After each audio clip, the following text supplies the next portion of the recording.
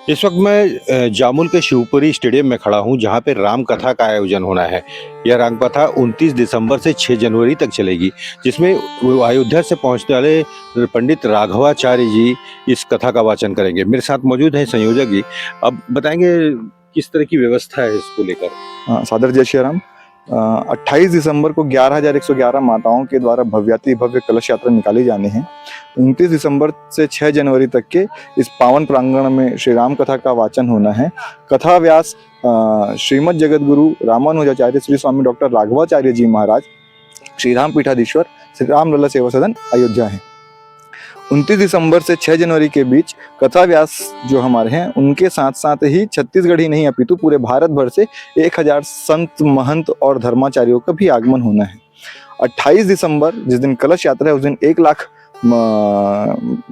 जो श्रोता हैं उनके लिए भोजन का निःशुल्क व्यवस्था किया गया है प्रसादी के रूप में। और प्रतिदिन 29 दिसंबर से 6 जनवरी तक के प्रतिदिन 25 से 30 हजार लोगों के भोजन की निःशुल्क व्यवस्था की जा रही है। यहाँ पर इतनी बड़ी मात्रा में लोगों के पहुंचने की उम्मीद है, जैसे लाखों के लोग संख्या में रहेंगे, उनके लिए किस तरह की व्यवस्था होगी यहाँ पे सबसे पहले श्रोताओं को कोई भी प्रकार का असुविधा ना हो, इसको ध्यान में रखते हुए उस तरीके का लगभग 2 लाख स्क्वायर फीट से अधिक क्षेत्रफल में पंडाल का निर्माण किया जा रहा है, जहां वो सहजता से वहां पे बैठ के कथा श्रवण कर सकते हैं। काफी बड़ा पंडाल होने के कारण देखने में, स्वामी जी का दर्शन करने में या संतों के दर्शन में तकलीफ ना हो, इसलिए बड़े बड़े एलईडी स्क्रीन लगाए जा रहे हैं। पंखे, लाइट इत्यादि की व्यवस्था सुव्यवस्थित वहां पे की जा रही है। पार्किंग की व्यवस्था, प्रसाधन की व्यवस्था, समुचित सारी व्यवस्था वहां पे किए जा रहे हैं। ऐसा देखा गया है कि जब भी किसी महाराज का जो बड़ा कार्यक्रम होता है, उसमें बड़ी संख्या में ऐसे लोग भी आते हैं जो रात्रि विश्राम करते हैं यहीं पे और कथा स्थल पे ही रुकते हैं। क्या उनके लिए कोई विशेष व्यवस्था? हाँ, मौसम को देखते हुए ठंड अत्यधिक है, तो जामुल नगर पालिका क्षेत्र के अंतर्गत जितने भी शासकीय भवन हैं, मंगल भवन है या निजी भवन है या घर हैं, उनको भी हमने किराए पे लिया हुआ है। और वहाँ पे उनके रहने की और भोजन की व्यवस्था, क्योंकि पंडाल में अगर हम लोग रुकने के लिए कहेंगे तो ठंड अभी बहुत अत्यधिक है। ऐसे स्थिति में किसी भी श्रोता को, किसी भी राम भक्त को ऐसे में छोड़ना अनुचित होगा, तो इसके लिए उस तरीके की व्यवस्था की जा रही है। प्रशासनिक व्यवस्था या प्रशासन से कितनी मदद मिल पा रही है इस पूरे कार्यक्रम? देखिए, जिला प्रशासन और पुलिस प्रशासन का भरपूर हम लोग को मार्गदर्शन प्राप्त हो रहा है। रही बात हमारे पालिका प्रशासन की, तो पालिका प्रशासन, चूंकि हमारे पालिका के पास वर्कलोड बहुत ज्यादा है, यहाँ पे सड़कों को आप देखे होंगे एकदम चमचमाता सड़क हमेशा दिखेगा आपको। नाली को देखेंगे तो सिक्का डाल देंगे तो दिख जाएगा, इतना सफाई नालियों में रखते हैं। पेयजल की व्यवस्था कि जगह जगह आपको टैंकर खड़े मिलेंगे, तो इतना सारा काम उन लोग करते हैं।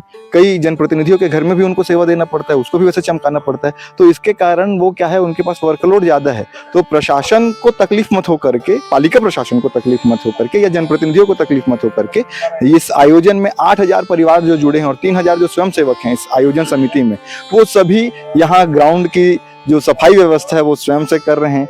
जो लेवलिंग वगैरह का काम है वो प्राइवेट करके किया जा रहा है। पेयजल की भी समस्या उनको ना हो, क्योंकि भाई टैंकर उन लोग हर घर में पहुंचा देते हैं। इस तरह से कहेंगे तो उनका सहयोग नहीं है पालिका का? मैं सही, भरपूर सहयोग है, तो बता रहा हूँ आपको, इतना ज्यादा सहयोग है कि पानी की भी व्यवस्था हमको स्वयं से करना है और हम लोग टैंकर लगा रहे हैं स्वयं से। इतने बेहतरीन तरीके का सहयोग पालिका का हम लोग को मिल रहा है। कथा के आयोजन का उद्देश्य क्या रहा है अपना, अपन के किस उद्देश्य को लेकर इस कथा का आयोजन कर रहा है? ये हमारी संस्था के माध्यम से और हमारे गांव वाले सभी नगर वासियों के माध्यम से लगभग ये हमारा 16वां आयोजन है। इसके पूर्व में शंकराचार्य जी भगवान का यहाँ पे आगमन हुआ। आज जो अयोध्या मंदिर हम लोग देखते हैं, मुख्य अभियुक्त जो थे बाबरी विध्वंस के आचार्य धर्मेंद्र जी महाराज, आचार्य मनोज कृष्ण शास्त्री जी महाराज, कबीर पंथ संघदेव जी साहेब, ऐसे बड़े बड़े धर्माचार्यों का, राम राज्य परिषद के राष्ट्रीय संत पवन कुमार त्रिपाठी जी की कथा, ऐसे लगातार आयोजन हमारे द्वारा, हम लोग निमित्त बस बनते हैं, हमारे द्वारा नहीं कह सकते, हम लोग के निमित्त रहते वो आयोजन यहाँ पे हुए हैं। उद्देश्य केवल यही है कि धर्म को हम जाने, सनातन को हम समझ पाए।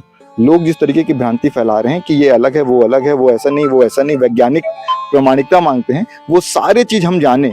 हम अपने सनातन को जब समझेंगे तो पूरे विषय को हम जान पाएंगे कि कहाँ पे क्या है, कहाँ वैज्ञानिकता है हमारी, कैसी हमारी पद्धति रही है।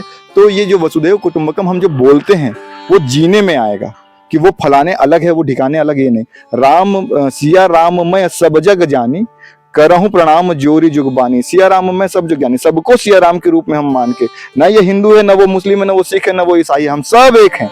इस चीज को करने के लिए सबके हृदय में राम जी का विराज, हम सबके हृदय में राम जी विराजमान है, ये चीज को परिदर्शित करने के लिए, परिलक्षित करने के लिए हम लोग ये आयोजन करते हैं। तो भक्ति कथा का ये आयोजन, हालांकि अभी इस आयोजन को के शुरू होने में 1 हफ्ते से ज़्यादा का समय बचा हुआ है, लेकिन आयोजकों ने अपनी तैयारी तेज कर दी है। उम्मीद है कि शासन, प्रशासन और धार्मिक संस्थाएं इस सहयोग करके इस आयोजन को सफल बनाएंगी।